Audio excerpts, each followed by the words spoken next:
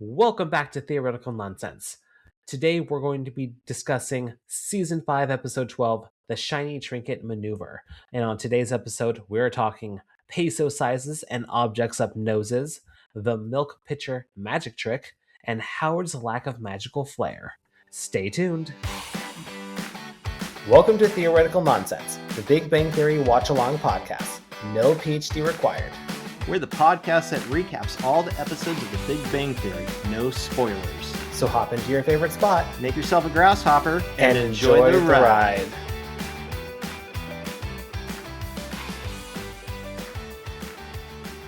Ahoy, Ryan. Ahoy, Rob. How are you doing? I'm doing pretty well. How about yourself? I'm doing amazing because we are going to be talking about the Shiny Trinket Maneuver. Oh, yeah. I love this episode. This is great. I thought it was great. A lot of funny stuff.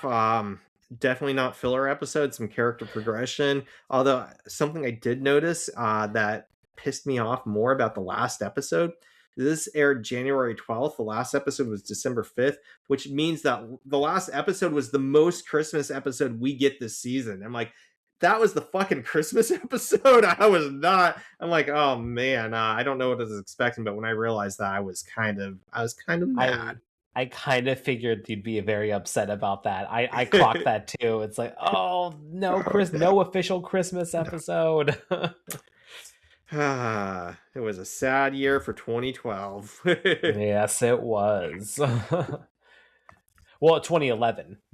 That was in 20. I guess it's going into 2012. Yeah, 2011. Yeah. Christmas 2011. You're right. Yeah. Yep. What a sad time. Sad time. But I thought the girls shined very well, especially Bernadette. I loved her interaction with the kids. How she has this ability to be like bright and shiny, but also like, I will cut your face. Yeah, some of that hostility it bleeds into it, and it was very funny. Yeah.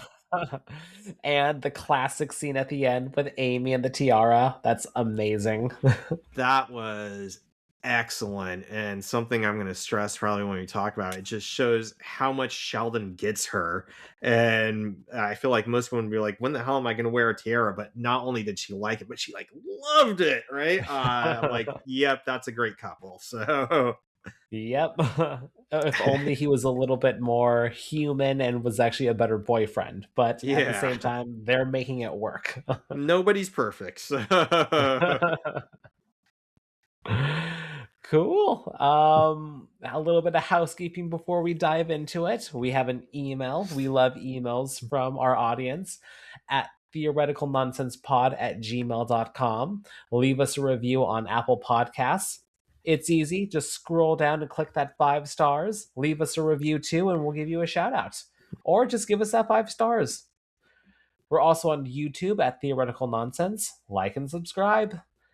And we actually have a new email. Yeah. I was going to say, I think a few people have congratulated me on the new addition to the family. So thank you, everybody who sent just a quick thank you or congratulations on that. I appreciate it. And, I've been a little sleep deprived, but I appreciate it. It's going well. And it'll getting get better. Bigger. So it will get better, but then it'll get worse. And then it'll get better again. And then probably worse again. Until they're like 25.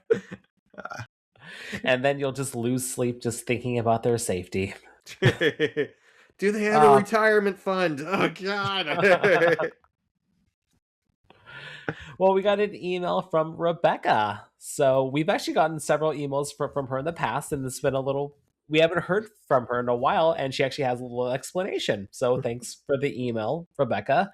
She wrote, "Hey boys, it's been a long time. I finally caught up on all the podcast episodes. Due to unforeseen circumstances, including my last working contract coming to an end and nursing an ailing family member back to health, I had been very behind. So I hope everything's okay with your family." Me too. So, yeah, hope everything's okay. Yeah. She also says, "The last few weeks I have spent my morning walks listening to your deep dives and allowing your podcast to take my mind off of life for a while. Wanted to extend a huge congrats, Ryan, on the newest addition to your family.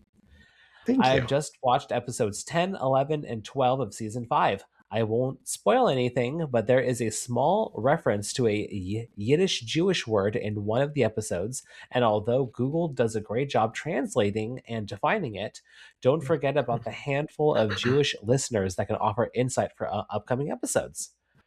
As for episode 11, the Chuck Lorre universe is quite small, as you might recognize the guest star, which we talked about last time. Oh, thanks for all of your hard work. So thank you, Rebecca. We really appreciate it. And keep sending Yeah, those emails. And I hope everything's okay with your family. me too. Okay, well, season 5, episode 12, the Chinese, that's not right, Shiny Trinket Maneuver. This aired, as we said, January 12th, 2012. First episode of 2012, directed by Mark Sandrowski, writers Bill Prady, Stephen Milaro, and Jim Reynolds. And we open up, first of all, oh yeah, I already said that. This is apparently New Year's, so no Christmas episode. I just made a note of saying, God damn it. I was very disappointed there's no Christmas episode. Maybe next year Santa will come. So we start off in the apartment, and Howard is demonstrating his magic tricks to Raj and Leonard. And I need to give myself, I forgot to open up my spreadsheet, a point because I'm like, I love magic, but I knew kind of right away that out of the four of them, I was going to be most like Raj. That the way he responded to the magic trick, I would respond like I will Raj say right too. now that I do love Raj's transitional, I mean, his change of character, how he's just becoming so much more enthusiastic about things, how he's kind of diving a little bit more into like his feminine side, and he's kind of just showing that it's okay. And I'm really liking that, and it's going to be like this for a while. So Positive and encouraging, and it's just really nice. In fact, it comes up again later in the episode, and I kind of want to say, fuck you, Leonard. We'll get to that, but Leonard says a comment that I'm kind of like, that's a shitty thing to say. But we'll get to that. But I loved his enthusiasm, like you said, and I love magic. I don't think I have the patience to study magic like Howard does. I have a couple magic tricks in my garage from my childhood, but I can never remember card tricks. I knew a couple, I've known a couple, we've talked about a couple in previous episodes, but it takes a lot, it takes memorization. And it's also like, I'm going to talk more about magic here later, but it is a performance, and I'm not a great actor, so I just can't do it. But when people do magic, I get caught up, and I freaking love it. It's endearing, I guess. Yeah. And then I know that Sheldon like walked out, and he's like really poo-poos it. So I'm like, that's as against Sheldon as I can get. I'm more like Raj. I get 1 point for being like Raj here. Funny, as I said, he poo-poos it. Sheldon comes out because he was just pooing anyways, and he claims he's gone for a few minutes to empty his bowels, and his apartment's been transformed into a cabaret. Have you ever seen the musical Cabaret?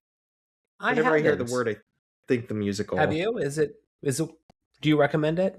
I highly recommend it. In fact, it's the musical that my dad says he hated musicals because he thought all of them were like I don't know what even came. I'm trying to think of ones before that. The Hills Are Alive type stuff, really cheery and flamboyant.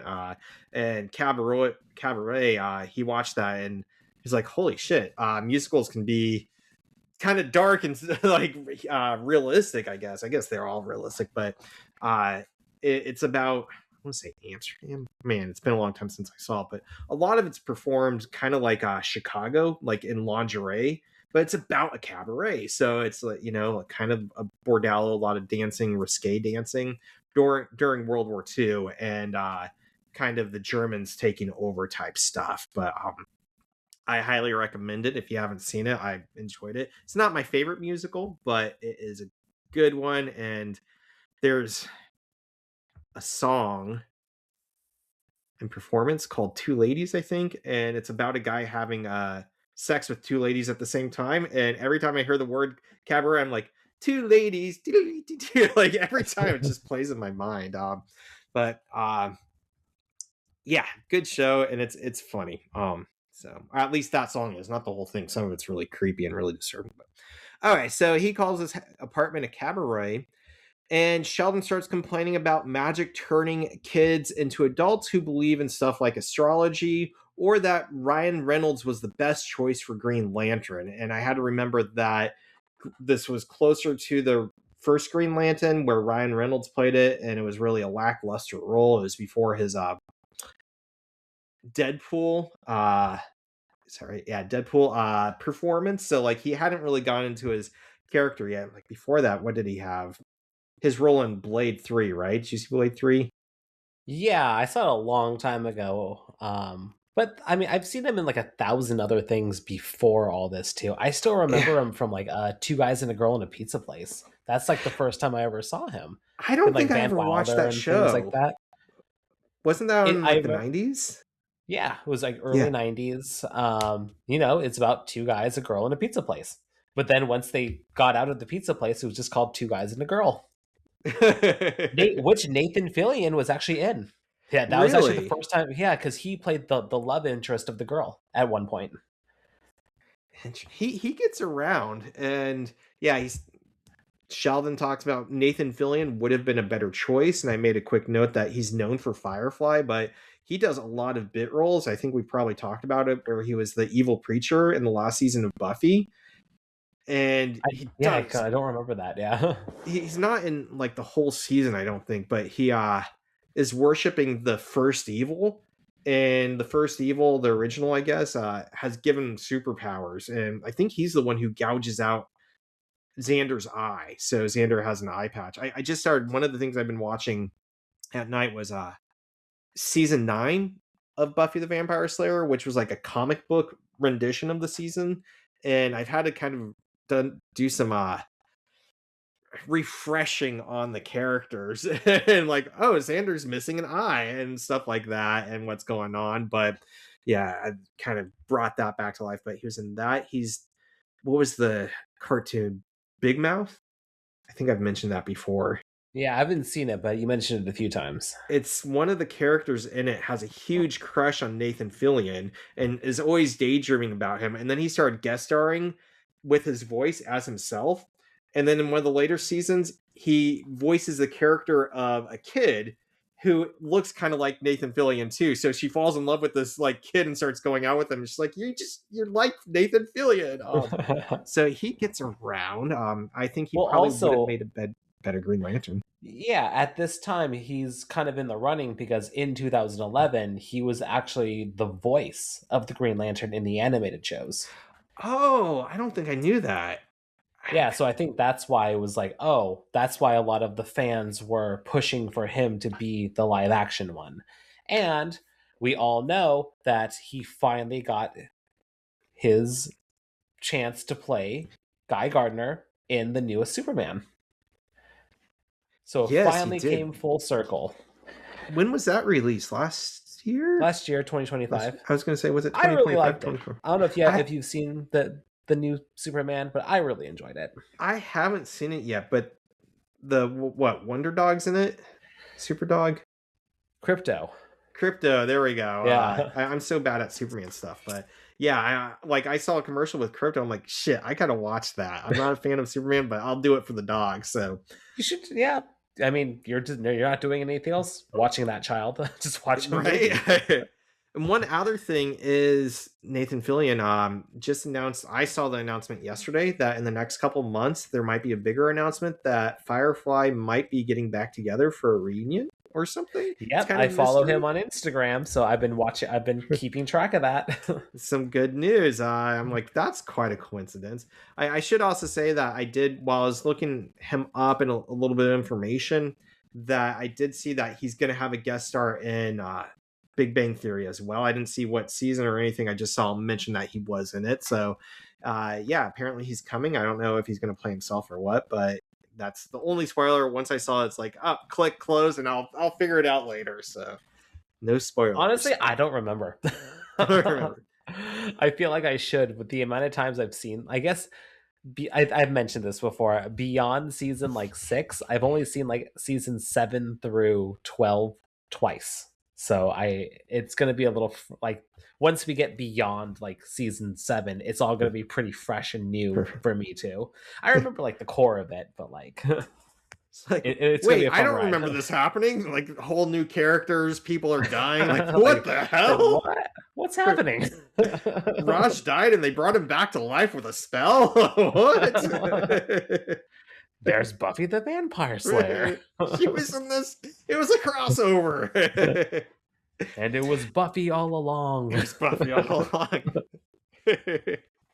All right, so Sheldon continues complaining that with magic when he was a kid, another kid put a peso up his nose, and that it's still frustrating and takes a long time to get through airport security. And so this is my first IQ point, and that what I found is that it could technically happen, but I feel like it's unlikely with how much it I would did the bother same him. thing too. You did the same thing. You want to take over, and I'll follow up. Well, yeah, okay, I'll start. Okay. I was wondering I was wondering about like, is there really a Mexican could someone actually fit a peso up someone's nose? And would the doctor actually leave it there? Like, how realistic is this? Mm. And just for it to even shove up there, the modern Mexican peso is 21 millimeters, which is smaller than a US dime.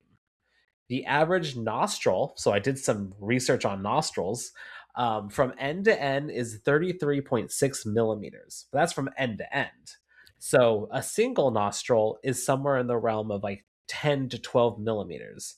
I even like measured mine, and mine's like right in the middle of that. Mine was like 11 Love it. millimeters. So it doesn't make sense that a a coin twice the size would get shoved up there, and it would just be left up there, like shoved all the Especially way up when he was a there. kid, where he would have smaller nostrils. Yeah. However, if it wasn't the modern peso, it could have historically the smallest peso coin was the 2 peso, and this coin was from 1919 to 1948, which had a diameter of 12.85 to 13 millimeters. So maybe it was one of those pesos that got shoved all the way up there. Hmm. But in the event that actually happened, all the research that I did, a doctor would never leave it in there. No one would Mm-hmm. ever leave a foreign object up his nose. So the idea that it's still up there is very far fetched. It's kind of a silly joke and everything like that. That they would even throw it in there. So honestly, that's all I really got out of it, because like you don't leave anything up there because it's just gonna lead to many infections and everything like that. So you can't leave anything in your nose. That was kind of my second part, was what would happen if it did get left, and technically it would probably cause a lot of pain and swelling, but it's going to cause some infections and sinusitis. In fact, one site said that you might experience meningitis, where the infection goes into the membranes of your brain, and that could be life threatening, which I don't think they would even risk it. They would get rid of it somehow. Can you imagine going to an MRI? Like it's like getting ripped out of his skull. Like, And one thing that I read too was like, in the event that something foreign object does go up your nose and you do leave it, it can actually fuse into your body too. So like like the longer you leave it up there, like the harder it's gonna get. It's the harder it's gonna be to actually be removed, and then it's gonna cause so many other problems. So basically don't becomes a shove things in your tumor. It grows nose. around it, right? Yeah. Yeah. So Worries. PSA, don't shove things in your nose. And if things go in your nose, go see a doctor right now. I did see too that technically there are some suggestions about if it's not something super toxic. The three things that most websites said, just go to the ER right away or call an ambulance. If it's a magnet or multiple magnets, like go to a doctor, don't mess with it. And I don't know why that is exactly, but something about magnets, several websites said they can be dangerous. Anything that can expand when wet, so I don't know, like a tampon maybe, you would want to go see a doctor, because if that expands, and it's probably going to with the mucus and moisture, it can disrupt and cause more damage. So need to see a doctor. But the big one, is batteries. And the notion is that by removing it, you could cause more damage and it might start leaking. And so apparently batteries get shoved up, and they say call an ambulance right away. That is a medical emergency that you should not attempt on your own. We They did an IQ point on that. I, do, I can't believe I don't remember why, but I remember it was foreign objects up the urethra. that sounds right. I remember I did research on batteries that someone actually put batteries up their urethra, and it was like, how and why? Good Oh, lord! I recall that. Oh God, I'll look this up right now. I blocked it from my memory for a reason, Rob. I know. As many IQ points as we're getting and learning, sometimes we forget things. Yeah. So, Yeah, that's something with having a kid that, they talk about amnesia, not just for women, but men too. And I'm like, I'm noticing my, not like long term memory loss, but things just aren't sticking quite like I know they should be. And people are like, uh, well, your mind's kind of adjusting to having a kid. So that's probably what it is. well, yeah, and I swear, mommy and daddy fog is like so real. Right. Um, it's funny because like I won't tell the Christina story because something happened with my wife with mom fog, but I won't embarrass her on this. But my next door, not next door neighbor, but one of my neighbors across the street, she just had a kid a little while ago, like just like a few weeks ago. Like she had Mhm. her second child and everything like that. So she has two kids now. And like her mom fog, like she was telling me a story today as I dropped off like a little gift for like the kid and everything, and she was telling me a story about her mommy fog and everything like that, and it's real. It's definitely real. Like she forgot her kid's name as I was talking to her, and she's like, oh my god. It's like, don't worry, it happens to all of us. My big one lately is leaving water on. Like I'll be in the kitchen washing my hands, and then I go to make dinner, and Kelsey's like, you've had that water on for 5 minutes. I'm like, oh shit, we can turn that off. Oh dang. There's been other things too, but that's been like I would say 4 or 5 times that's happened in the past like 3 weeks. That's been wow. But also, I'll have conversations with Kelsey, and she'll tell me things. I'm like, I have no recollection if we was talking about this. It's just like you nodded and smiled and said, "Yeah." I'm like, oh man. I do that all the time. I just In smile and nod. fact, I won't That's even not, remember this that, conversation. that has nothing to do with dad fog. That's just me. This is me. Good old Ryan. The Mayo Clinic suggested not prodding or prodding, not inhaling, and not trying to wash it out. Basically, these things can all push it further, get it stuck more, or push it down your windpipe and cause choking. They actually recommended either the person with it up their nose try blowing it out, or using tweezers, not to push it, but be very careful. If you can see it and you can grasp it, try to pull it out with tweezers, but be careful with that. Or if it's a kid and you're a parent, put your lips on theirs, and basically it sounds like CPR. They called it a parent kiss. And blow into their mouth. And apparently, when you blow, excess wind will come up through their nose and dislodge it, hopefully. So, those were the tips. But again, if you're having problems, go to the doctor because it can cause infections or it can cause other problems and probably quite a bit of pain. So, you ever see that Simpsons where Homer has a crayon up his nose? And then he took it out and got super smart. Yep. That Oh yeah, I remember that one. That was a good one. was a good one. Found it. So the urethra talk was from season 4, episode 1. The IQ point was the craziest sex things that have resulted in hospitalization. Because it was when Howard was got the robot hand stuck to his junk. That's what it was. And I kind of recall that it wasn't necessarily for sexual pleasure. It seemed more like whoever did it tried to do it for to maintain an erection for this. I don't, maybe I just assumed that, but I think that yeah. was some research that you did. Because I don't see that in my notes. Yeah, that's right. But I remember like, why are you putting batteries up? That reminds me, I might have mentioned it then, but it reminds me of that show, The Ultimatum, and I think it's called Ultimatum. And at the end, they were having this recap with all the people who took part in the show, where basically people who were proposed and kind of on the fence of being proposed spend a month or so with another partner and see how they like life with somebody else. And at the end, they get to decide, do I want to marry my original partner, or do I want to be alone and, break up? And I can't remember who brought it up or why, but they brought up sounding, which is the sexual practice of sticking some sort of stick up your urethra for sexual gratification.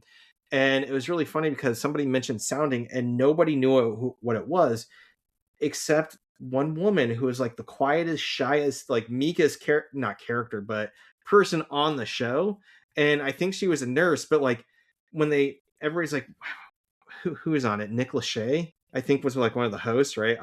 He's like, I don't know what sounding is. And her eyes pop open and she goes, that's when you put something up your pee hole. And everybody looks at her like, how do you know what that is? But so maybe the batteries are for that, or maybe they're I don't know why you would put batteries up your dick. I don't. Well, if anybody out there knows, don't email us. I don't want to know. We're okay not knowing. We don't need to know everything. We're good. We're good. Okay. Anything else on stuff up the nose? No. Oh, the other thing was, I can't believe his mom would ever know and not get help. His mom's too good of a mom to allow that to stay, to just say, whatever. So yeah, that was the final thing, is that I don't think his mom, I don't think he would have let it, but I also don't think she would have. So in summation, that joke kind of fell flat for us. Yeah. It was a little funny, but kind of flat. So intro, and then we're at the Cheesecake Factory, and Sheldon and Amy are on a date. Amy tells Penny that every second Thursday of every month, they have date night, or if there's 5 Thursdays in a month, it's the third Thursday. So they have this mapped out based on their contract. And I do like that Sheldon says, we've gone over the previous minutes and we've agreed upon them. So apparently they keep notes of their dates, and then like an official meeting, like, let's review the minutes from the previous date, and they've approved them. So moving forward, Amy asks how his day was, and he said he made a palindrome with his alphabets, bits. And the palindrome was nice hat, Bob, Tahitian. And palindromes are, it's like race car, same, or mom, same forward and backwards. So if you flip flop nice hat, Bob, Tahitian, it says nice hat, Bob, Tahitian. It's same back and forward. But I didn't know what alphabets were, and this isn't an IQ point, but I was like, what the hell are these? Apparently it's cereal, and it started getting made in 1957 by Post, but it was discontinued in 2021. And so maybe it's partially that I don't eat kids cereal, but also it's been discontinued for like 4 years, so I probably wouldn't have seen it. However, last year, apparently it came back for a limited time, so you might have seen it on the shelves, but I don't recall seeing it. I don't remember ever having it. At first, I thought he was talking about alphabet soup, or like maybe SpaghettiOs or some sort of spaghetti soup, but it's a cereal. Did you know of the cereal? Yeah, if it's the one that I'm thinking of. Oh yeah, I do remember it. I never got it because it looked too plain. Looked too plain. Like I was definitely more of the sweet cereal kid, like Honey Nut Cheerios or Frosted Flakes. I didn't do a lot of fruity stuff. I know my brother really liked Trix, so I ate Trix. Never did Fruit Loops, which will come up later. No spoilers. But yeah, it reminds me. But yeah, I can definitely see the allure of this soup, and because growing up, they don't sell this anymore, but they used to have pasta shapes, like small little pasta with the alphabets, and that was always one of my favorites. I just like the texture, That's like, I eat SpaghettiOs.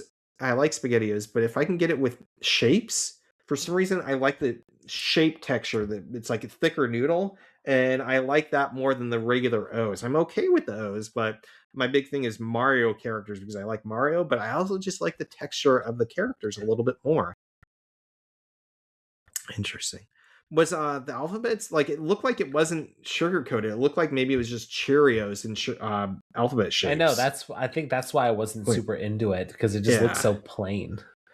or maybe like the Lucky Charm pieces, but instead of little, I don't know, Gaelic magic symbols. What are Lucky Charms? They're like little symbols or something. I But never did Lucky Charms either because I was never a big fan of the marshmallow really, stuff. and that's the only reason you would eat it if you like the Yeah, and marshmallow. I was just never really into that because I'm just not a big marshmallow person in general. I like Lucky Charms just fine. I basically ate whatever my mom got, so she would just get random things she was craving. But if I had my choice, my go-to is usually Honey Nut Cheerios, and now I usually go for regular Cheerios because I'm not as much of a sweet tooth. But uh, Such an old that man. Ugh. right, and then I drink it with my prune juice.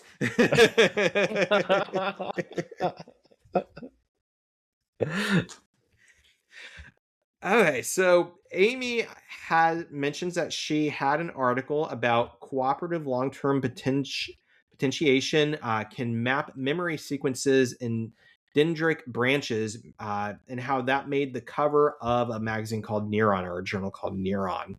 And I didn't do anything on that because I didn't really know even where to start. Did you do anything? I didn't. It honestly Yeah. sounded too boring. Sorry, Amy, but And I'm guessing, congratulations that you made the yeah, cover. But I figured it would probably take way too long, and I probably wouldn't do it justice or understand it, but I'm guessing it had something to do with memory formation in the human brain, but whatever. So Sheldon like kind of like nods and smiles, but he shifts the topic to getting 100 Twitter followers. And Amy starts to get offended because he's like, oh, 101, I'm so popular, right?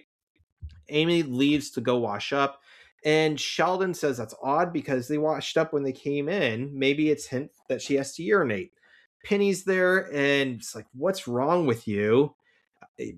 Penny can tell Amy's upset, but Sheldon's just not picking up on it. And Sheldon mentions that nothing's wrong with him, that he's, except for his fondness of koala bears, which seemed kind of random, but it kind of comes up again. And it is kind of funny because he mentions how he smiles and looks happy and thinks about koala bears that make him happy irrationally. Penny explains that Amy is upset that he didn't care about her achievement. Sheldon says the news wasn't important. It was an achievement in biology, which is the yucky, squishy things in life. Penny then explains that he has to pretend to care about what Amy cares about, and he can just smile and think of koalas if he needs to. He says Amy will see right through it. They go to the zoo all the time, and she knows his koala face. So apparently, he can't just smile and nod. it's kind of cute Now, that they have dates at the zoo. it is, right? I want to go to the zoo more often. I feel like I have mixed You will feelings. with the kid. You I will. will. I Don't have you mixed worry. You feelings. will get your fill. Do yourself a favor and get like when the time comes, get an annual pass.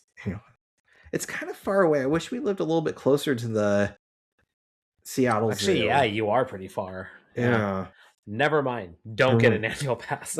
But we'll be going. I enjoy watching animals and I enjoy walking around, but I feel a little guilty for like keeping animals and you In know captivity outside of their habitat. captivity. Yeah. And it's cost benefit. Like it makes me feel bad, but I really enjoy it, and I think it's kind of a form of education, and it's definitely a lot more humane than killing them off and dissecting them for right, which we need to do that sometimes too. So I don't know. I do think that orcas at SeaWorld was much worse because they had smaller tanks, and I feel like the animals in captivity at zoos have much more room. Maybe I'm wrong on that, but did you see anything about Punch the monkey? No. Oh, it's just like in the past week or two. Apparently, there was a monkey who was kind of disowned by his parents, or his mom, specifically his mom.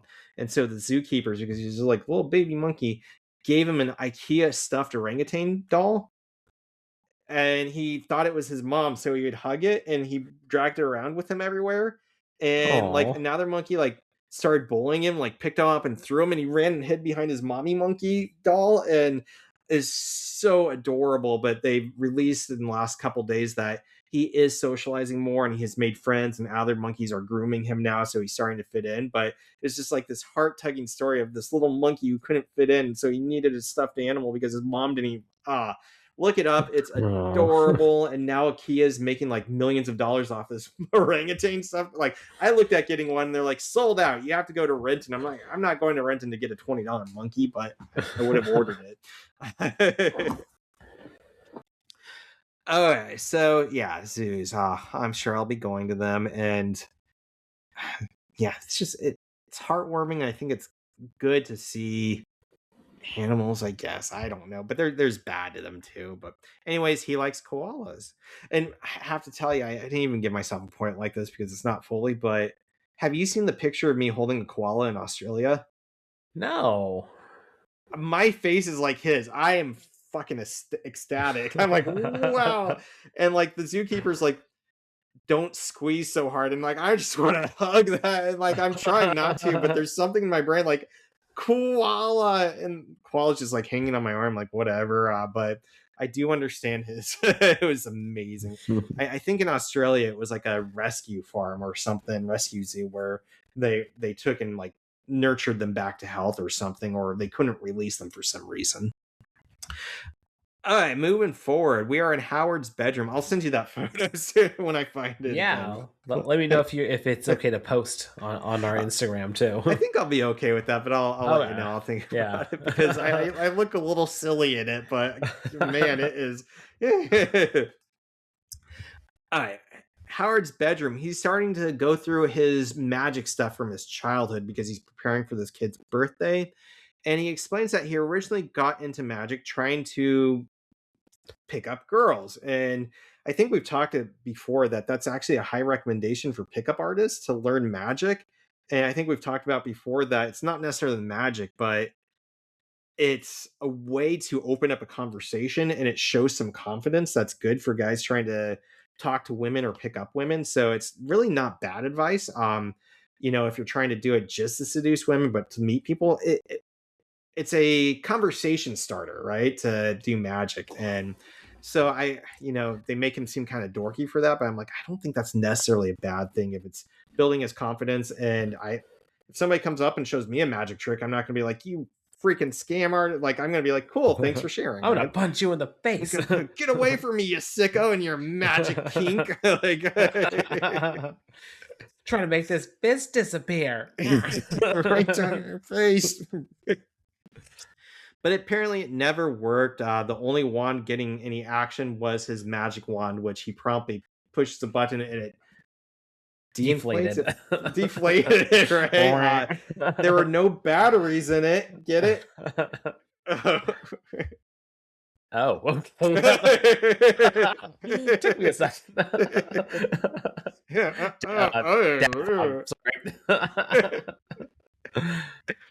Sorry. So his mom made them costumes. Apparently, I have an old bathing suit. I think the joke here was that she was so big she could make two costumes and a lot of napkins or whatever out of it. But it's a shiny purple, like sequence material. And from there, Howard's mom shouts up asking about how the costume fits, claiming Bernadette is built like her, short and stacked. Howard replies that Bernadette is not the same because she never steps on her own boobs. So I'm guessing he's making a joke that his mom's boobs are sagging a lot. Bernadette brings up concerns about being a magician's assistant. And this is kind of the character progression for their relationship in this episode, that she doesn't like kids and she's always been skeptical about being a mom. And Howard's kind of like, oh, it's going to be different when you're the mom, so on, so on. And it kind of leaves it open, but he brings out I don't know what you even call it, a pan with a bird in it. And apparently the pan has a secret compartment so that it looks like it's empty, but you put the lid on and you pick the lid back up and a pigeon or something flies out. He forgot to take the pigeon out. So when he opens it up, feathers pop out and he starts like kind of throwing up, dry heaving. And he closes it up and he says, don't look in it. I thought that was really funny, but I also know that you would smell a rotting bird in your closet. So I don't think it would have happened, but it was kind of funny. We are back at the apartment and Sheldon is playing Red Dead Redemption, claiming he's going for a walk to relax and clear his head. And I'm going to give myself a point like this because I've never done it with Red Dead Redemption. I've never played the game. I think I should someday, but when I get through my other stuff, I I watched my have. old roommate play. It's really cool. It's really good. I, doesn't South Park even have an episode about how great Red Dead Redemption 2 is? Like, it looks. I'm not shocked. They have an episode like you can name. It's like they're basically like that rule of porn, but rule of storylines. Like if you could Yeah. think of a storyline, I'm sure South Park has done it. Just recall the cops, like the police are like, I have to get home to play Red Dead Redemption 2, even though they're like picking up, I don't know, doing a criminal investigation. They're like, I Yeah. don't have time for this. I need to play. So, but yeah, them and Simpsons, right? They've basically done everything, Yep. right? Simpsons did The it. Simpsons did it. So I have played video games just to relax and appreciate the artwork in the game. Like, not even to play the story, but to walk around. I know some big ones. I'm going to put, he did it, Dead Redemption. I've done it with the Elder Scroll games, so Oblivion and Skyrim, which I have it on my wish list, but apparently Oblivion got a remake, a remaster last year, and it apparently plays just like the original, but like all the graphics are updated, and it looks like, I love that game so much. I don't have the time to invest in it, but I want to play it just because it's so beautiful. And I like Skyrim a lot too. I don't know why Oblivion got not under my skin, but called to me a little bit more. But I would walk around in there and like walk to the tops of buildings just to watch the sun set in the game. I'm like, this is beautiful. I know I've done it with.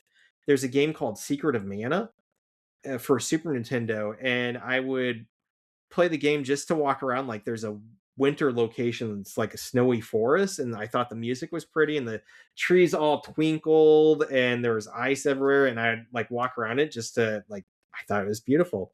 I know there's a game called Chrono Trigger, and although I haven't done it as much, Isn't it's Secret of also like, Mana the sequel to Chrono Trigger?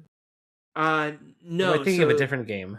Secret of Mana is part of the Mana series, and that series is kind of all over the place. They're not directly linked. I feel like the first one in the US was a Game Boy game that And was do you say called, mana or mana? I say Mana, but Mana. Because I've just heard you say both, so I wasn't sure how you say it. You say I mana? go back. Usually it's Mana. Usually, like, if I'm playing Magic the Gathering, it's Mana. If I'm talking about Secret of Mana, it's Mana. I don't know. Got it. But the original game, Dad fog. Dad Fog. The original game was a Game Boy game called Sinkin'. I can never pronounce it. Sinkin' Ditsu or something. But because the game wasn't well known in the US, it became Final Fantasy Legends or something. And then Secret of Mana came out, Mana, and technically in Screw it with your Japan, head now. right? And then there was a third one that came out that was just in the last few years released in the US, but for the longest time it was only available in Japan. And then for PlayStation, a game came out called Legend of Mana, and then they've had all these other sequels that aren't directly linked, like I think like World of Mana, Trials of Mana, and all sorts of stuff. But Chrono Trigger, on the other hand, only had the sequel Chrono Cross, and they're both games were made by the same company. In fact, I feel like they were both SquareSoft at the time, now Square Enix. But yeah, different games, but like kind of the same teams. In fact, yeah, the musicians were different. I don't know, similar like RPG elements. They're held on pedestals as some of the greatest Super Nintendo games of all time too. But yeah, but anyways, I have if you've seen my tattoo, Yeah, yeah. that's from Chrono Trigger, and there's a level or a part of the game where you go to, it's basically like the Dark Ages, where the world has gone into it's not a nuclear winter, but it's an asteroid has hit the planet and it's caused what's like a nuclear wet winter. So there's clouds everywhere and everything's snowy and blizzard and people are starving. But some of the elite have gathered magic and live in an island in the sky. And it's like a world, it's almost like Harry Potter where people go to learn magic, and it's beautiful. And so that's the tattoo on my arm, which coincides with sometimes I play video games. I just like to look at it because it relaxes me, because I have nostalgia, and I think it's beautiful. So Nice. 1 point for being like Sheldon there. Well, Sheldon explains to Leonard that he might not be boyfriend material. He claims, well, Leonard asks if they had a fight, and Sheldon says Amy had a fight. He was perfectly reasonable to ignore her and her accomplishments, apparently. Leonard suggests trying to listen to women. oh, is that your doggy? Yeah, I don't know what that was. I got it. Leonard suggests trying to listen to women and show he can grow and change, that they'll like that and appreciate it. And Sheldon basically says nuts to that. And then Leonard suggests buying her something, skip over the fight, and fixing things with an empty financial gesture. And I did laugh because Sheldon says that has his name written all over it. Quick fix, buy it, and it goes away. We are now at the birthday party, and Howard is doing some magic tricks, and Bernadette is his assistant doing the magic show. Howard does something with rings and says they're linked together now. Howard says his fiance also has a magic ring that makes his money disappear, and Bernadette goes on a little drum set they have brought with them. So I don't know where that was in his closet, or if she had it, but it sets up for jokes. And then for his next illusion, he's going to start his next illusion, but the kids kind of interrupt, and they say that they want to have some cake. They seem pretty bored. And I did research. Apparently, there's two guest stars, Dustin Brown and Jaden Sand. And Jaden Sand, I think Jaden Sand's the first one to talk. And he looked familiar, and he hasn't been in a lot of stuff, but he's done some cartoon voices. And he is, did you ever watch the Showtime show called The Affair? Why do I feel no? I'm No. thinking of something else. Yeah, I'm thinking of It something else. has a lot of people in it, and I always forget all their names. I know the daughter in it. If you ever watched The Girlfriend Experience, I think it's season 3. She's like a girl who basically becomes a prostitute just to see what happens and to write a paper on it. And it's The Girlfriend Experience is an interesting show. Like each season's a different person, but the first season is, I don't remember how it starts, but a girl basically becomes an escort for extra money and because she enjoys it. But she's a lawyer, and when her law firm finds out she's also an escort, like it fucks up her job, and she has to like figure that out. Nah, it's interesting. But anyways, The Affair. I know one person is the guy who played Pacey in Dawson's Creek. Joey. I've never watched I never watched Dawson's Creek. All right, I'm gonna look some of these names up because it's gonna kill me. IMDb. Joshua Jackson. Oh yeah, Mighty Ducks. Yeah, from Mighty Ducks. Mara Tierney, she's in one episode of The Office. She plays, what's his name? Brain fog. Wow. Who's the boss after Steve Carell?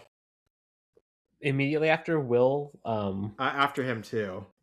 Robert California. Yeah, California. His wife. Oh yeah, Mara Tierney is his wife. Dominic she's great. West. I like her a lot. Yeah.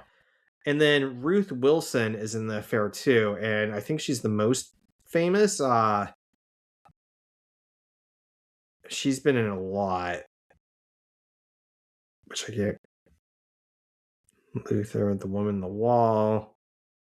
Apparently she's in Harry Potter and the Goblet of Fire somehow. I don't know. His Dark Materials. Oslo. Anyways, apparently this kid was their son in The Affair, and I was kind of surprised because he was in like almost every single episode of this. I'm like, he looks familiar, but until I saw that, I couldn't place him. And the other kid, the one who won't be getting cake because he pisses Bernadette off, The is heckler. Yeah, in several cartoons for voices, but apparently he was also in How I Met Your Mother episode. So he was in some stuff too. It was just that Jaden Sand, the main kid on the ground, was in the affair. I'm like, oh, I do know him directly. So Did do you think that it was his birthday? Do you think I that's Howard's did, cousin? Because it's and like I he's trying to like lead everyone like, can we just have the cake now? Can we just end this show? I kind of just figured that he was Howard's cousin. and I couldn't figure out why that was, but I did get the impression that he was trying to direct his birthday to having his cake. Yeah, that's kind of just So how I took it as. me too. And I wasn't sure. And afterwards, I'm like, I don't know whose birthday it was, but he seemed a little bit more in charge. Whereas the other kid seemed more like just interacting, but not saying, I want my cake now. Whereas the kid on the ground was like, I want my cake now. So it seemed like, but yeah. So Bernadette says after they can have cake after they are thoroughly amazed. And I love her interactions because she tries to be cheery, but she's also like, goddamn kids. Holding in this anger. Yeah. And Bernadette gets kind of argumentative with them, and they pull out a pitcher of milk to do another magic trick. And the other kid says he knows how it's done. It's a fake pitcher of milk. Bernadette says, no, didn't you? Do you have wax in your ears? Right? It's an ordinary pitcher. We just said that. And Howard will pour it down his pants, and he hopes it works because he didn't bring another change of pants. The kid says he Googled it, and it's a fake pitcher. So he knows how the trick works, apparently. And I did some Bernadette's research on the trick. Ooh, I did an IQ, but not on the trick, but something else. Yeah, I'm Well, just gonna say that. I did the magic trick just because if the kid found it on Google so easily, it must be like a normal one, a normal trick that people My do. my thought was that I don't know if it was a magic trick or a gag. I I had like a set of magic tricks and a set of gag tricks when I was a kid, and I kind of got them confused. But I remember one of the gags was like a piece of gum, and it was a freaking mousetrap. It was actually really, really mean. I had that too, the prank set, and it also had Yeah, the peanuts with the snake in it. yeah, yeah. Oh, I had that too.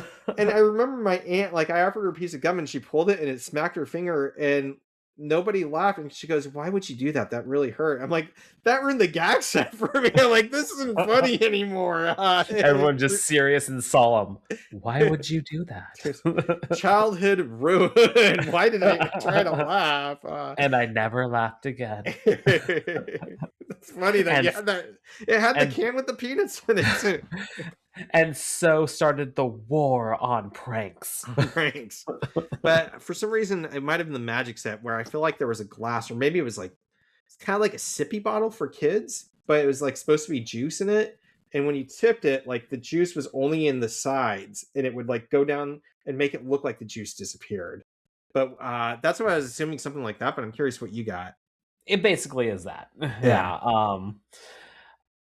It was shockingly hard to find a lot of videos on this on YouTube. I tried Googling it and there wasn't like diagrams or anything. It was more like descriptions of what's happening. And they're so Yeah. poorly written that as I was reading them, I was like, why am I more confused now? It just made it worse.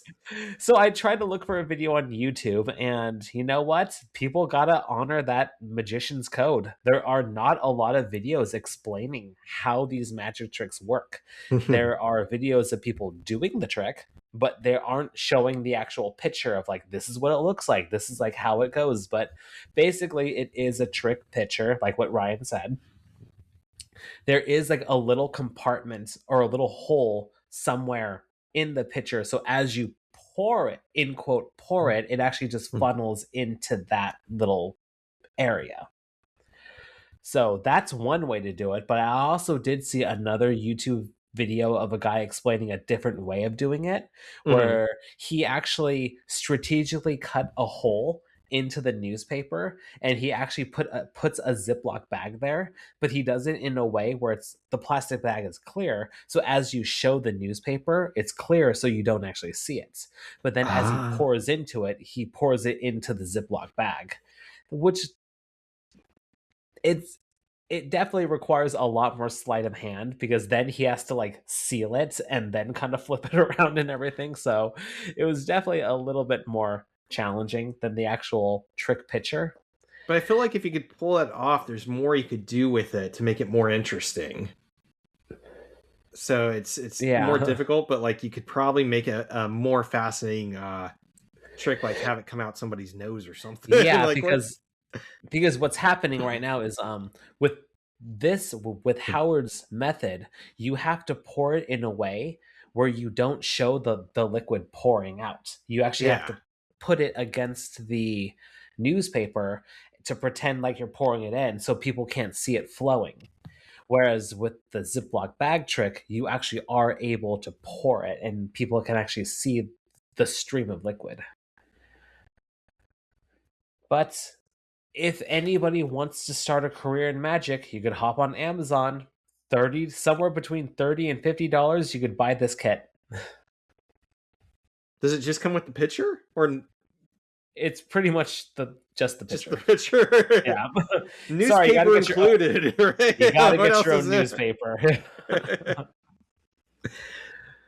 But that's it. So I'm gonna follow up because it goes back and back. I was gonna say too that Bernadette does scold the kid, saying he's not gonna get any cake because he's ruining the magic trick. And Howard says she's kidding. Everyone gets cake. I love the look on her face. She's like, not him, not him. But my IQ point was about why Howard's tricks might not be working out so well. And even if they are clever tricks and there's some mystery to them, why people aren't receptive. And I have some information about magic where I think that he might be going wrong. And I do want to say that he did end up having the wrong pitcher. I don't know why he had a pitcher of milk that's the wrong pitcher there, that he pours it down his pants and then it runs down his pants. But I would have a suggestion. My thought process is that he's missing the prestige and that most magic acts have three parts. The prestige is like the third part. The first part is where do I have the pledge, and this is from an article on Alta Journal by Tom Zito, a magician, writer, I guess. The pledge, where basically the magician is making a pledge to the audience saying, I have an ordinary pitcher here. I have an ordinary deck of cards. I have an ordinary pan with a bird in it. No bird in it, I mean. There's no bird in this pan, right? It's an ordinary pan. Then the turn where you do something extraordinary with it. This would be where I would say you have an ordinary pitcher is the pledge. Making the milk disappear is the turn. Like, it's gone. Where did it go? The third step is the topping element of the performance. It's called the prestige. It's where you do something on top of the extraordinary to really make the trick stand out. This would be, I would say, where you make the milk reappear. So it's not enough to just make it disappear, but where you said that if the guy had it in a plastic bag and then he was able to, I don't know, squirt it out of his sleeve or hand into the pitcher, like, I made it disappear, but it's coming out of my hand now. Or if he choked it up and started vomiting it up, that would be terrifying. But it would be the prestige that he's making it reappear, that it's not just making it disappear, it's that third step. And I know about this partially because have you seen the movie The Prestige? No, I haven't. It's got Hugh Jackman. Hugh Wait, is that the one Jackman. with Hugh Jackman, or is because there was another one with? It's so funny how Hollywood comes out with the same movies, just Right? different. Like like Deep Impact versus Armageddon. There was Yeah. Prestige, and then there was another one with The Christian Bale, Illusionist. or was Christian Bale in the Hugh Jackman one? I The don't remember. Prestige had Hugh Jackman and Christian Bale, and then I can't Okay. remember who was in The Illusionist. Somebody big too, but they were both like magic movies, right? Yeah, and they came out around the same time. Yeah. And the Prestige stuck with me, where The Illusionist I kind of forgot what it was about. But they came around at the same time, and they're both like magician movies. I think they were both like historical pieces too, like they didn't take place in modern day. Yeah. Prestige also had David Bowie in it. Like Oh. randomly, he played Tesla, Nikola Tesla, conducting Oh. experiments with electricity. It was like, oh, okay, it's weird but cool. But Hugh Jackman and Christian Bale are both magicians, and they're trying to one up each other. And they talk a lot about the prestige, saying it's not enough for a magic trick just to make something disappear. You have to make it reappear, and that's the hardest part. And so they're both trying to one up each other on how they finish up their acts. So another part of this article that I thought was interesting was it's quoted. The quote is, "Magic is all about structure. You've got to take the observer from the ordinary to the extraordinary to the astounding." And again, I don't think Howard, he's just doing like, here's some rings, I put them together, voila. He needs to take it further. The prestige is about the astounding. What else? Also, it's like telling a story or a joke. And I got some terms here too. One is called the climatic sequence or climatic beat payoff. The notion that the trick is building and leading to a finale. And if you simply make the milk disappear, you're only halfway through the story. It's like ending a joke without the punchline. And the more unpredictable and amazing the prestige, the more memorable the trick will be. That's the same thing with a joke, that if you have a punchline that's predictable, nobody's going to care. It's about the unpredictable that makes a joke funny. And so it's, how can you wow somebody? How can you do the unexpected and the astounding in a way that they're not paying attention and not expecting?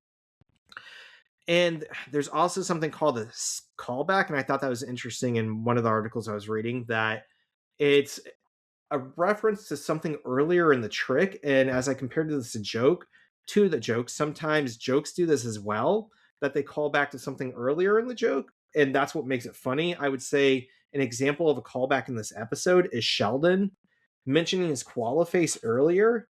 And later on, it comes back to call back to the beginning of the episode. And it becomes funny because it's calling back and building up to more of a climax. That one time it was kind of like, if he had just mentioned his koala face at the beginning of the episode, it's kind of a laugh. Bringing it back up makes it even funnier. So maybe Howard needs some callbacks and to really finish it up with what he started with. And again, if my thought is, if he had said, "Oh, I had the wrong picture," and he poured it down his pants and it looked like he wet his pants, and he's like, "Oh no, what am I going to do?" And then he turns around, his pants are fine, and then milk's back in the pitcher. That would have been a prestige.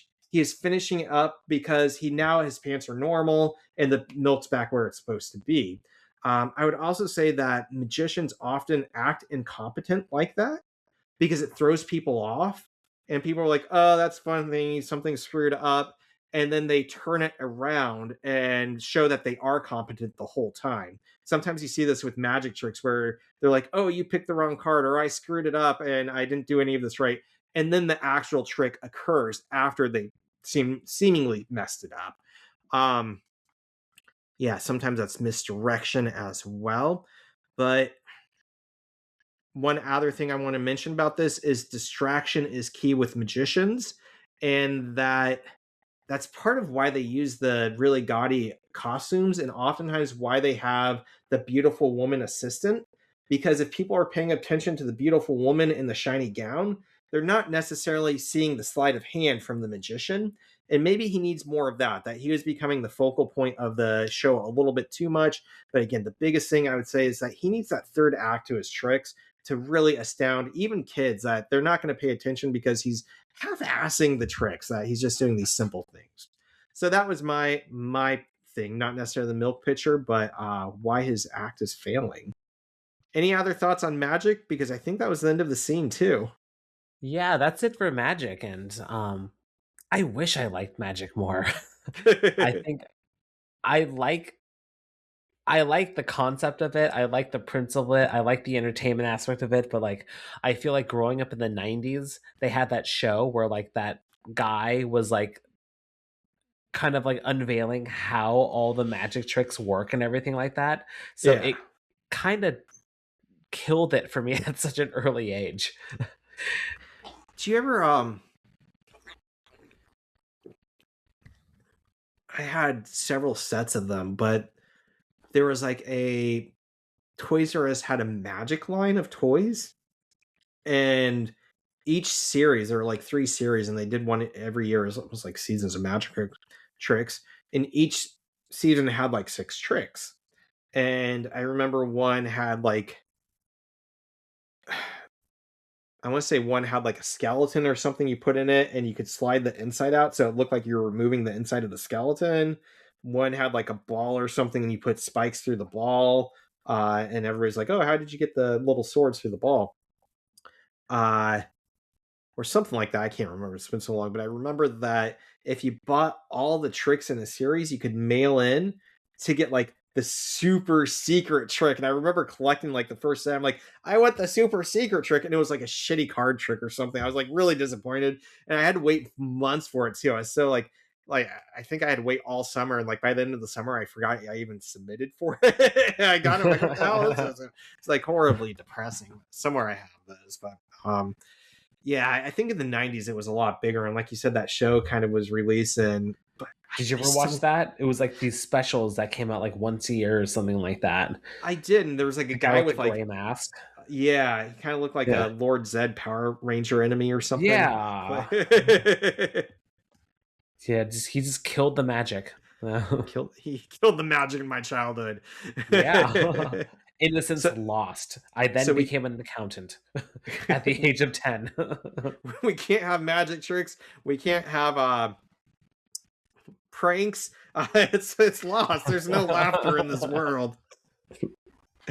Uh, I remember going in Vegas, like having fun. Like I really hate Vegas. It is so boring for me. But I remember when I was a kid, I loved going to like Siegfried and Roy and stuff, like seeing them make the tigers disappear. And I know it's like all mirrors and reflections and stuff, but I'm like, what if there's really magic in the world? I could be a wizard, Harry. Yeah. Okay, so car ride home. Bernadette is fretting over the notion that she's not good with kids and may not want them. And she says that she thinks it's like stemming from having to raise her brothers and sisters. And she kind of mocks them, having to change their diapers, them having shrieky voices, uh, all the complaints they gave. You don't make waffles like mom. And then she says, put your hand in here. How do you like that waffle? So she's kind of like saying that she put her brother's hand in a waffle maker or something. Or at least threatened him. Threatened him. Yeah. I wouldn't put it past her, but she definitely threatened him. Howard asks if it will be different with when the kids are hers, and she says she doesn't think so. I didn't do an IQ point on this, but I would say it is totally reasonable to say they are different when they're yours. I I've always had a hard time with kids. I've been terrified of picking up babies because like in my mind, if I drop the baby, I'm now like responsible for dropping somebody's kid, and I don't want to be put in that situation. So I've always been standoffish. But with my kid, I'm picking her up, I'm bouncing her like one armed, and I know I'm not going to drop her. And it's like that's just holding her. So there's emotional stuff feeding her. I do think it's different when it's your kid.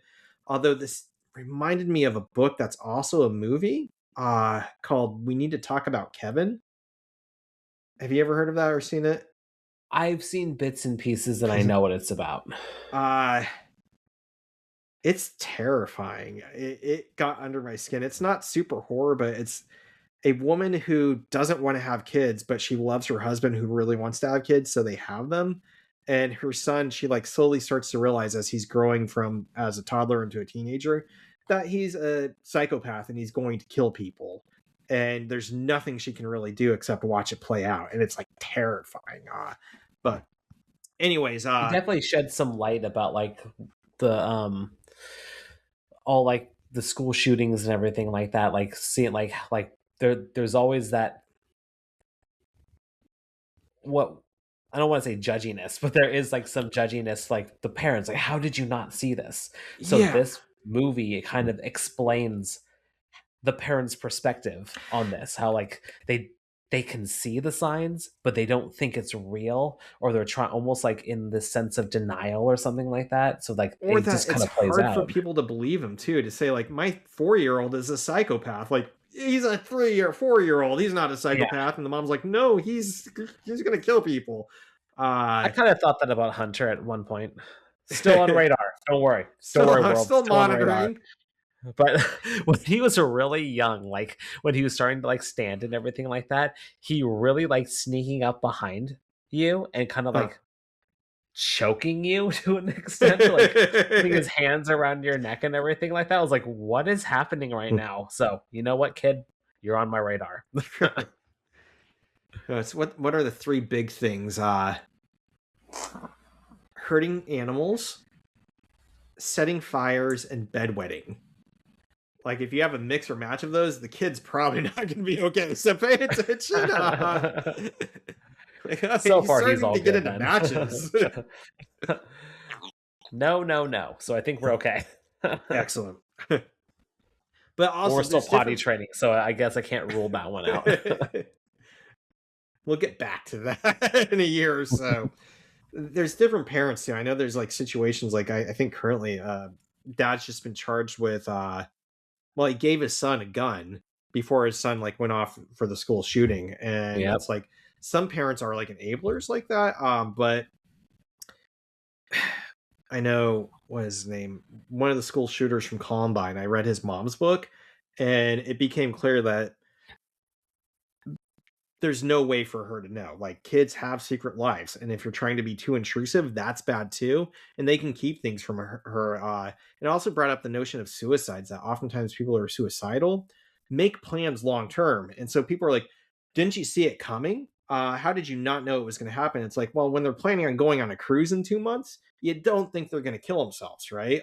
So they were like planning, making college plans. They were going on college trips. They were doing this and planning on vacation. It's like who could see it coming? So it's not always obvious. But man, that book, we need to talk about Kevin scared me. And even though it was her kid, maybe it didn't necessarily change the fact that she was kind of against kids to begin with, which reinforced her thought like I was never supposed to have kids. So maybe Bernadette has the fear for a reason. Yeah. But anyway, she is kind of nervous that she's not going to like kids.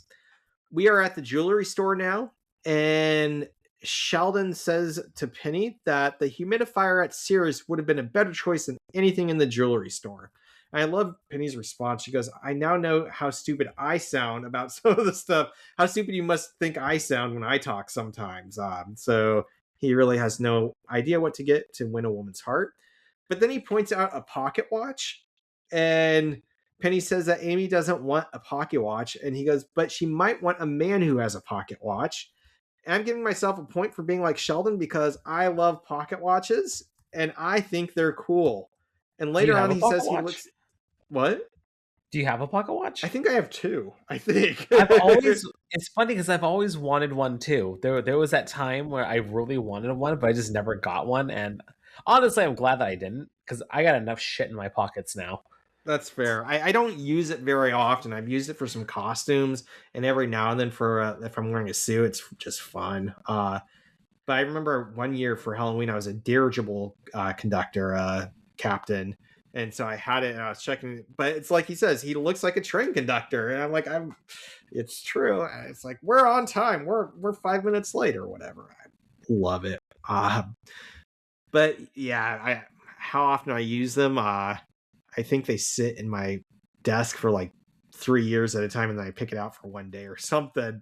But he does look like a train conductor, so I love it. The shopkeeper comes out and asks if the lady wants a ring.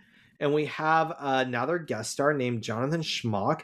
And he's a writer, producer, actor, and he's been in a lot of shit. And he's like almost always some sort of like salesman type guy. He's like real estate guy, art gallery owner, jewelry manager. Not like he's a jewelry manager in here, but like other shows, that's his title, jewelry manager. He was in Ferris Bueller's Day Off as the maitre d'. He was in a movie I really love. I don't remember who he was, but Some Kind of Wonderful. And apparently he was also in Blossom for like an episode or two. Also one episode of the cartoon, The Real Ghostbusters, he voiced Wyatt Earp. So he's been a lot of stuff, but he does usually get typecast as like the manager or the salesperson. They Penny and Sheldon joke about not being a couple, and they take turns scoffing at the notion of being a couple, saying as if. And I do like that scene because it does kind of show their relationship and that they both just like cannot imagine being in a relationship with the other person. So I like that platonic nature. Penny explains that Sheldon is in trouble with his girlfriend. The shopkeeper says, "Trouble with girlfriends putting my daughter through school." So it happens a lot. Sheldon scoffs at the notion of buying diamonds, that they are carbon for thousands of dollars. And most people go to the store and buy carbon in the form of coal so that they can burn it in their barbecue grills. And the shopkeeper says it's not $1,000, it's $750. It's on sale. And Sheldon's face just like changes and goes, "Let's talk about that pocket watch." So he got his attention. He's Back at got the selfish apartment, again. got selfish again, back on what he wants and needs. At the apartment, the guys are playing a Donkey Kong Jenga. And I don't know if this counts as a full IQ point, but I was curious about it. And I looked it up and I can only find it used like on eBay. But I did see some other forms of Jenga. I didn't realize there were multiple forms. But I did find one that's like a Godzilla Jenga, and it looks like there's like a cardboard cutout of Godzilla that moves towards the Jenga tower, and you have to like finish the game before he knocks it over. There's one where like it's Jenga, but you do it with tweezers, and if you grab the piece wrong, it electrocutes you. Oh That looked God. kind of horrifying. Like, ah. And I guess you knock it over because you're being electrocuted. My understanding for the Donkey Kong version is that you like roll a dice of how many pieces you have to take out and move each time, and then you also like roll a dice or something of how many levels up. So everybody gets like a Mario figure, and you're moving up the tower as you take pieces out. So every turn you have to move so many pieces and you move up so many pieces. And either the person who knocks it over loses, or the person who gets to Donkey Kong, and her name is Paulina. It's not Princess Peach, it's Paulina. Gets to Paulina first, wins the game. If your Mario piece is on one of the pieces that gets removed, you have to start from the beginning. You get knocked down and you get back up again. So yeah, it's kind of this double game that you're trying not to knock it over, but you're also trying to make it to the top to take care of Donkey Kong as well. Have you ever seen these alternate Jenga versions? I didn't know they existed. No, actually, but I do love Jenga. I have played a lot of Jenga in my day. I was at the Washington State Fair last summer, and my mom, Kelsey, and I were in a beer garden. I was having a beer, and they had like a what giant version, like basically like it went up to your hips, right? Like with big pieces of wood. And we watched two people play it for like the better part of an hour. And they did like all the things you could, like basically every level was like two pieces or one piece. Yeah, it was great because like a crowd formed and everybody started watching them. Everybody's like drinking and like nobody breathed. And but it's a I love that game. But it does get kind of old. Like I appreciate having new mechanics that make it kind of fun, because like if both people are very expert, then you're gonna have every game perfect, I guess. In which case, I guess everybody's a winner. But or as Hank Hill from King of the Hill would say, everybody's a loser. I don't know. Ties are everybody's losing. Okay, so Howard is talking about worrying if he'll ever be a dad. And this is where Raj says that he's always pictured Howard being a dad, and Leonard does a snide comment of saying, "Raj will have your babies." And I'm like, that's really kind of a jackass comment. Like, Raj is that, and what he said about the magic. Like you said, he's very emotional, caring characteristics that I thought that was really nice of him. So uh, Yeah, I don't trying to know, like Leonard. uplift his spirits and everything like that, and yeah. Yeah, not to say it wasn't funny of Leonard, but it was kind of a jackass comment that made me wonder, like, Leonard, are you okay? um, Howard says Bernadette showed she didn't like kids, and from what he saw, the feeling was mutual. The kids really seemed to hate her as well. Howard always pictured a world where he had kids. Even Donkey Kong had Donkey Kong Jr.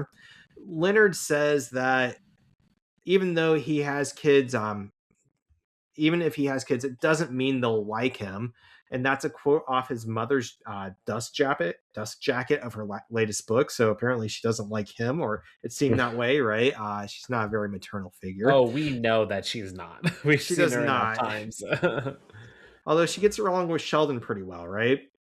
Yep. Yep. Robots. Robots. Howard brings up some skepticism about being with Bernadette.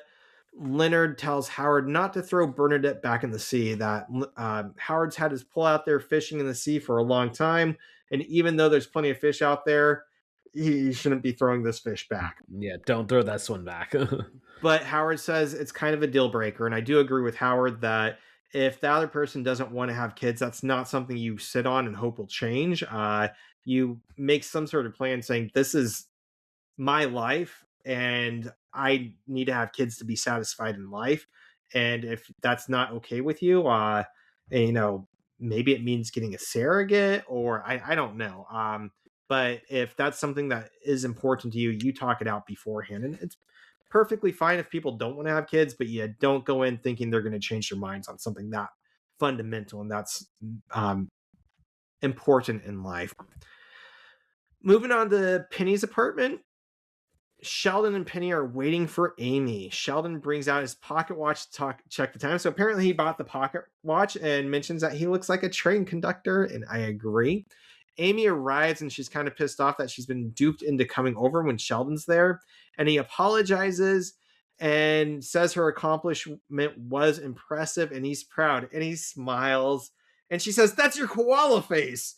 So again, that's that callback, much like a magic trick. We're calling back to earlier in the episode, and it's even funnier now because we have that foreshadowing and we're making the connections. It's almost like an inside joke. So yeah, it's funny how jokes and magic work so similarly. Penny hands Amy a bag. It's Sheldon's gift. And Amy seems infuriated, starts complaining about how shallow Sheldon is. And mid-sentence, she stops and says, "It's a tiara! It's a tiara!" And just is fanatic. And I think her acting really shines here. She cracked me up. She was amazing and has Penny put it on and says she's a princess. She forgives Sheldon. So like everything building up to it was moot. She loved it and it worked. And then Sheldon kind of looks at Penny as like, a tiara might have been too much. And you can't see me you now. were right. So they definitely talked about it. They talked about Penny it. definitely tried to talk him out of it. It was too much. But I love it because Sheldon gets Amy and he's like, this is what she'll like. And I respect that. I like that characterization. And something that makes this not a filler episode compared to the last one is it shows that even though he has reservations about being romantic, they're good for each other, and he gets her, and she understands him and might get frustrated, but they're still good for each other. Howard's bedroom. Bernadette comes in with the magician's vest. He says she should keep it. Maybe she can wear it hunting sometime because it's this shiny, sparkly vest.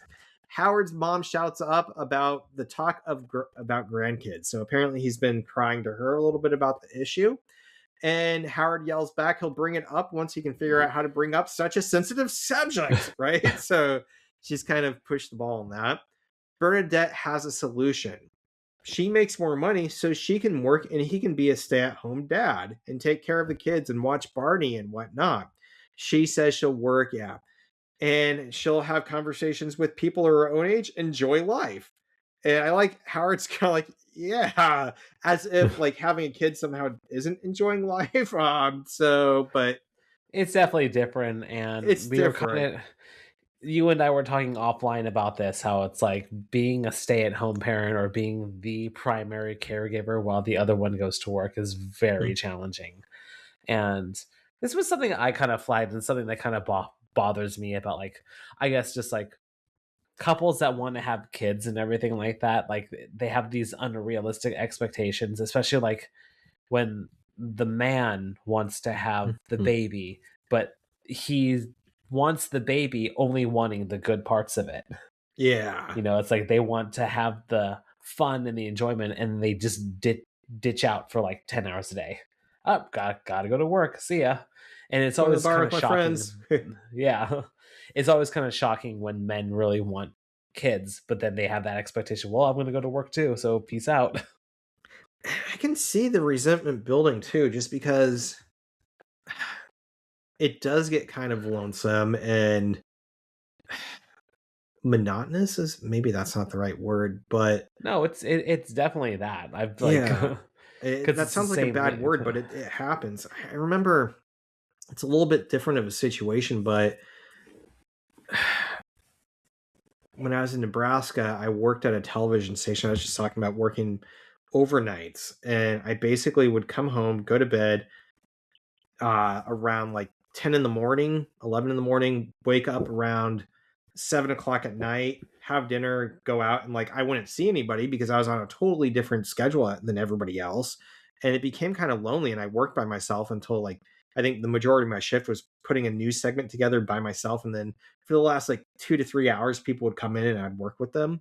But it was really lonely. And meanwhile, my ex, was going to college and she was like going to parties and stuff. And I became kind of resentful. I don't think that was necessarily fair, but it's, I feel like it's understandable when somebody is like dedicating their lives to the livelihood while the other person's socializing. Like it's easy to get resentful and kind of upset about it. So the same thing with a kid. While your partner's out, and I think my mom complains about this too, is that although my mom had a job, she did take care of her kids, me and my sister, quite a bit, and she couldn't do as much as my dad did. And my dad did travel a lot, and in her brain, he was going out and like having fancy dinners, going to parties and social events with his work, and like to him, he was working. So there's some conflict there, and I think it's difficult when one person is doing the majority of raising kids and not getting out as much. But the grass is always greener because to him, he's like, I don't like I don't necessarily want to go out and have dinner. I want to stay home and watch TV and go to bed. A little bit introverted. That's what Christina and I always have that conversation over and over again. It's like, I'm not partying at work. It's not happy fun times. It's still Yeah, work. I it's still have like obligations. I still have to like smile and nod when I need to. I have to like be around certain people that I don't necessarily want to be around, like yeah, things like that. So it's like, I know it's different. Being at it's home with different. the kid is very different, but yeah, it's just different.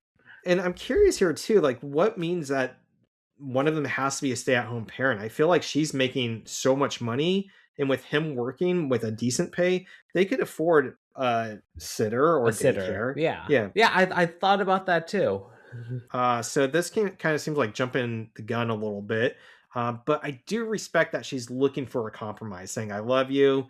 I don't necessarily want to have kids, but I'm seeing that the issue is I don't want to be the one raising them. And so if you want to do the raising, I will work with you to bring your life's goals to fruition, and I can do what makes me happy as well. So I respect that in a relationship, trying to find a compromise. Although I do think that at some point compromise goes out the window, and with kids, you just figure whatever fucking works works. Yep, Okay. whatever works works. Yep. Yeah. At least that's what I'm seeing. It's only been 2 months, but yeah, it works. It works. It reminds me of a few years ago. There was this magazine where there was a picture of a woman painting her son's like toenails or fingernails or something, and there's this backlash saying, you don't paint boys nails, you're ruining his sense of gender or something. I don't know. And I don't know if it's Stephen Colbert or actually I think it was Jon Stewart, The Daily Show. And he's like, whoever's complaining doesn't understand. If you're stuck indoors with your kid, you will do ever it takes to shut them up, just as long as they're quiet for a little bit. Painting your Oh nails, yeah. whatever. So Yeah. Oh my you god. happy? Yeah. Here, let's paint all those nails. So whatever works, You will works. literally do whatever it takes just to keep peace in the house. I have that to look forward to, I guess. Oh, it's magic. It's the It's real magic. magic, not the fake picture magic. It's the prestige. There it is. It's astounding. All right, so Bernadette says, I don't know if this is really a fight. I feel like this was a great fight because they had a disagreement and they worked through it maturely. But she offers some makeup sex to cherry on top to fix it. And he says, okay, but what's this behind your ear? It's a condom. Yeah, I'm not having kids anytime soon.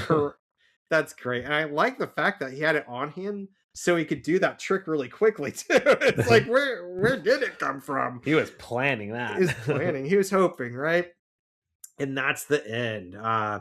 The vanity card's very short. I lucked out, and I made a comment here that how it looked at the end of the episode was formatted differently than how I found it online. I think it's a poem, so if you're looking at it online, you might see it like in paragraph form, whereas on the actual show is like line breaks and kind of like more of a poem, a stanza. Yeah. Chuck Lorre Productions 372. The voice in his head never stopped for breath. It spoke of danger, it warned of death. It shouted, hurry, pack up and flee, and all before his morning pee. So it's got that rhyme there. Some Dr. Seuss. Yep. And there we Dr. go. Seussen. Dr. Seuss in the house. Yeah, and that was it. That's the end of the episode. Much better than the previous episode. Just so sad that there was no Christmas this year. You will get some in the future. It's just it might be a little while. Sorry, dude. I feel like the mayor in Nightmare Before Christmas, where he's driving around saying, Christmas is canceled. So sad. Well, all right. Any last minute thoughts on the episode? I think that's all I have. Numbers, I am at 141, not like Sheldon, 143 like Sheldon. So he's kind of come back up. This episode, we had the playing video games to relax, not to the story wise, but just to do nothing in them, and the pocket watch. Where on the flip side, I was like Raj because I do love magic and it makes me happy. Well, good. I'm glad you have that sense of wonder. It's the wonder. Yep. You apparently do like Ryan Reynolds as Green Lantern. I don't. No, I don't. I can't say I do, but I tried to. I loved Ryan Reynolds when it came out, and I like comic book movies, so I watched it with every intent to love it, and I did not. But not him. He did fine in it. It's just it was kind of a bad movie. Yeah. But I have to say, I even his first in what was it, X-Men Wolverine, where he was Wade Wilson before Deadpool with the swords. I thought he was fine in that role, which is why he got cast as Deadpool. It's just the story itself made his character shitty, and his Well, that character also in wasn't Blade, Deadpool though. Like it was such a weird interpretation of Deadpool in right? It X-Men was like Origins. that's not even the same character. Why not just make up a character? Why did you have to like use that name? It was really weird. But him and Blade as well, he's kind of that cocky mentality. And Blade 3, I thought there are a lot of issues with Blade 3, but I liked his character. I've heard he's also really, really pushing for another Wesley Snipes Blade movie. And I know there were some issues with Wesley Snipes playing Blade, at least in the third one. Like he didn't want to play it, or I don't know. But all things said and considered, Wesley Snipes was perfect as Blade, at least in the first one. He was fantastic. Just Yeah, the first breaking one was that. so good. Yeah. Second one, I don't really remember nearly as much. Third is like erased from my mind. The second one, I believe, wasn't it directed by Guillermo del Toro? Oh, was it? I don't remember. Yeah. Guillermo del Toro. And you would never expect it, but the guy did Hellboy, who did Pacific Rim, The Shape of Water, Pan's Labyrinth. He does a lot of monster movies, and in fact, he just did the new Frankenstein too. He really had influence on like the vampires like opening their mouths up and the tongues coming out for the second one. That he had some influence on that, but I thought it was a good movie, just not as that first one was epic. Yep. It really changed comic book movies. Mm-hmm. I don't even think I did know it was a comic book movie because I watched the Spider-Man cartoon, but it's still like it was like comic book movies can be like serious and like real. Like it doesn't have to be bloody. and bloody bloodbath. Oh man, it's good fun, good old fun. Blood dance. That's what I want to do on a Saturday night as I have my alphabets. Right. So that's what I got. Nice. And we got 4. I'm like literally looking at the number, and I said 4, but it's 3. 3. God, Dad. I don't know why the dad fog has been hitting me so hard this weekend. It's been a tough weekend, guys. I'm sorry. I didn't realize it was going to be this tough, and already I'm like, God, where am I going? Like, you're gonna find me wandering in the street like Ryan. I'm like, I'm a dad now. I don't know where I am. Oh boy. Oh boy. Let's put a collar on you.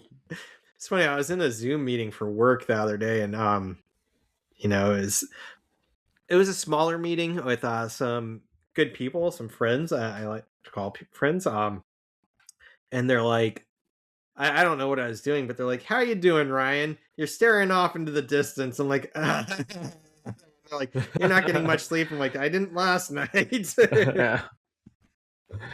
How you doing? You will make it through the other side. Don't worry, Ryan. But We're 3 all IQ rooting for points, you. not 4. 3. 3 IQ points. All right. Well, thanks again, everyone, for bearing with us and listening to us. Again, we have an email at theoreticalnonsensepod@gmail.com. Don't forget to give us a 5-star review on Apple Podcasts, and we will see you next time when we discuss Season 5, Episode 13, The Recombination Hypothesis. Thanks for listening. This was Theoretical Nonsense, the Big Bang Theory watch-along podcast. No PhD required. Our intro and outro music is by Alex Grohl. Thanks for listening.